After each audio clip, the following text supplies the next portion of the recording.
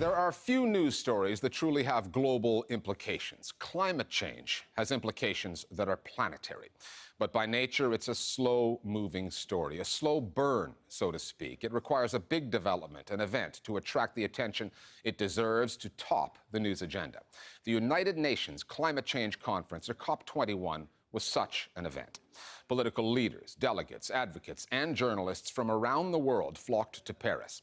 Anyone trying to assess the agreement reached as the conference closed could have concluded through the happy headlines, the self-congratulatory political leaders, that it was job done. However, many climate scientists say that this deal falls well short of what is needed to tackle this problem. So why would the story be framed that way? Starting with the obvious, the coverage reflected the will of the leaders who passed the deal, some of whom have a lot riding on it. This is also a story that tends to be reported differently along geographical and political lines, one that begs questions about just how representative mainstream news narratives are when it comes to the places most affected by climate change. Our starting point this week is Paris.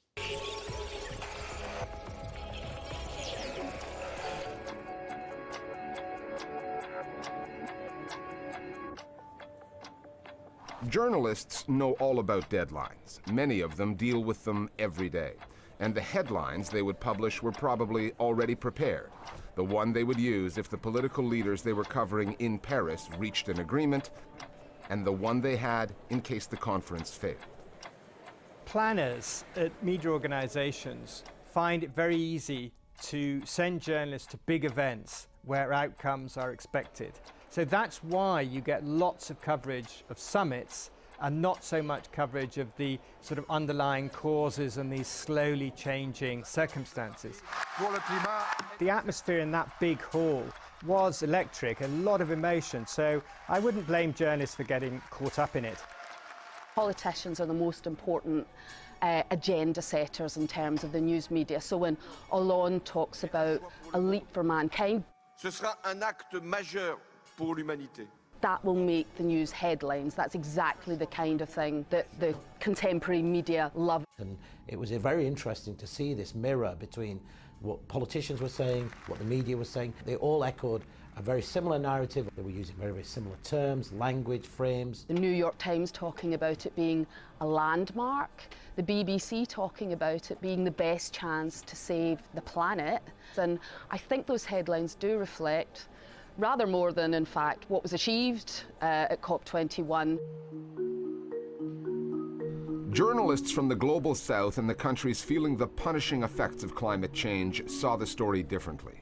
Those countries wanted binding agreements in 3 areas. A hard carbon emissions reduction target to limit the warming trend to 1.5 degrees Celsius.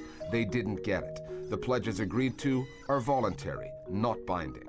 They wanted firm, legal recognition of the principle that the most polluting countries, which have 10% of the global population but do 60% of the damage, must compensate the countries paying the price. They didn't get it. And they wanted a hard number, a compensation fund, flowing mostly north-south to help the people worst affected. The number was lower than they wanted, $100 billion a year, starts later than they wanted, not until 2020, and the money has strings attached. It's not a firm commitment. As the New Internationalist put it, the agreement came down to what the wealthier, most polluting countries were prepared to deliver, not what science and equity demanded, which is a line that headline writers in the developed, more polluting world could have used, but didn't. The climate negotiations, of course, represent every single country in the world. But that doesn't mean that they have equal power.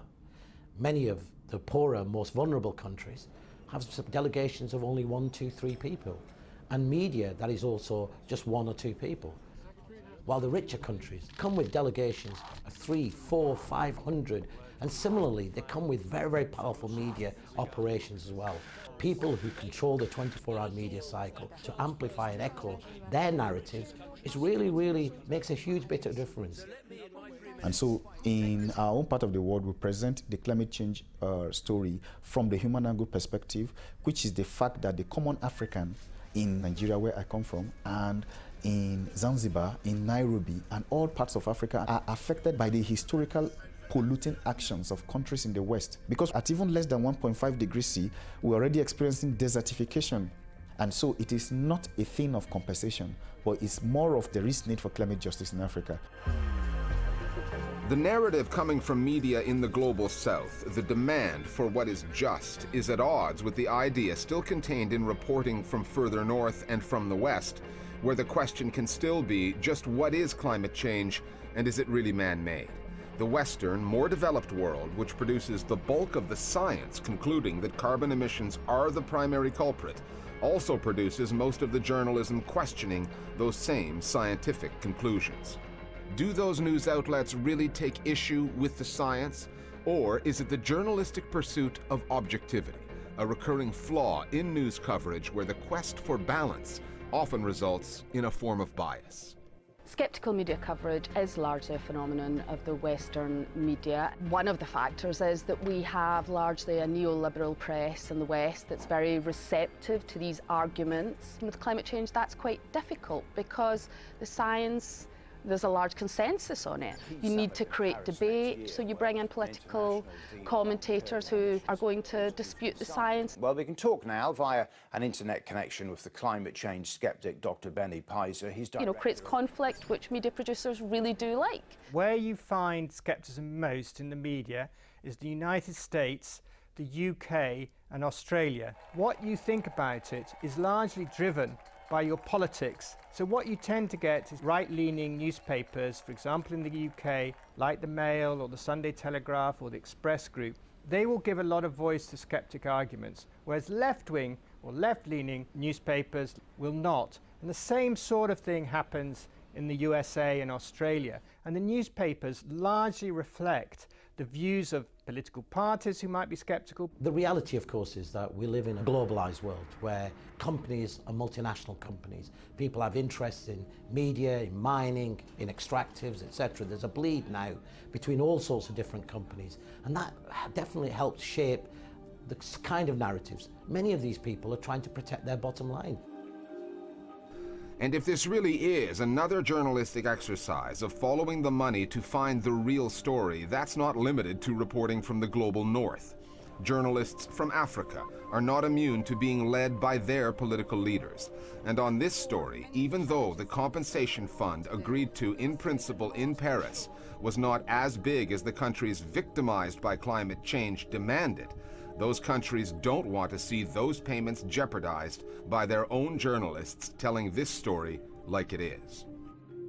The African media wrote a report and they quoted the representatives of African negotiators from Malawi as stating that they were not in Paris to accept anything less than a legally binding agreement. And a few hours later, our journalists from Africa were told that there is need for them to be diplomatic in their reports because American diplomats have warned that their ongoing discussions and for bilateral and multilateral deals would be affected by some of these statements by the African media.